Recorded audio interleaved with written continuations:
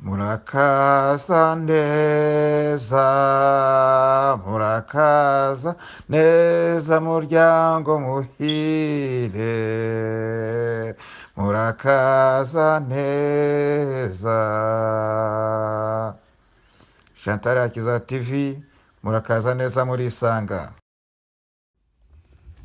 Hello, mwaramutse neza, mwiriwe neza bitewe n'aho muherereye. Nkuko bisanzwe ndi Chantal Hakiza, ndi mama w'abana batatu, ndi mariye, maze imyaka 14 ndi mariye. Ntuye muri Amerika, muri leta ya Georgia, Atlanta, niho Imana iturindiye ngiye n'umuryango wanjye. Rero nkuko bisanzwe uyu munsi no munsi wa gatatu, umunsi wa gatatu ndagukunda cyane. Uraza kumbaza kubera iki wowe ugiye kundeba bwa mbere.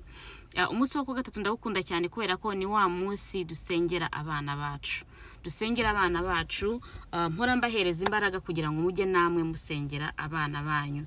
Ubwo rero narinje kugira ngo mbibutse, niba utagifata umunsi wa gatatu nkatwe mu rugo, ujye ufata undi munsi mu cyumweru, shaka umunsi umwe mu cyumweru, uwufate usengera abana bawe, abana bo bashyira imbere y'Imana, abana bo bigishe gusenga, ubatwikiriza amaraso ya Yesu Kristo, kubera ko muri iki gihe shitani yarakaze cyane, iri kwirukanka ku bana, ikabashyira mu bintu bitandukanye, ikabahereza inshuti mbi, zibashyira mu madroge, ikabahereza inshuti mbi, zibashyira mu buraya, ikabahereza inshuti. So memke ayo masengesho yo kumusengera, guhora umusengera kandi umuganiriza.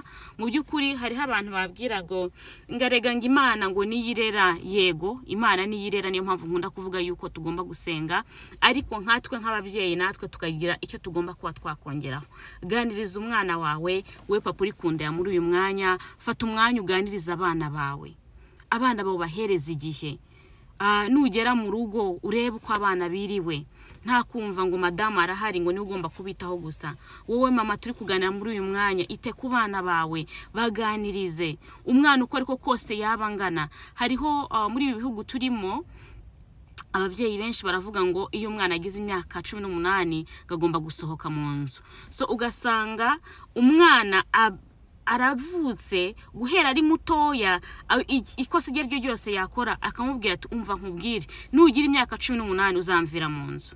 So umwana agakura deja mu mutwe we harimo ibyo bintu. Hariho abana benshi nkunda kubyumva nababivuga, avuga ati jewe mama na papa barambwiye ngo nimara kugeza imyaka 18 ngomba gusohoka mu nzu. So ugasanga bari kurebera mumwe icyo kintu kibi cyane. Ayo ni amagambo maburi kubwira umwana wawe. Umwana wawe n'umwana, natwe turacyari abana ku babyeyi bacu kandi urabona turakuze, natwe twarabyaye. So rero ntago umwana ntagajya kura mu gihe dugifite ababyeyi.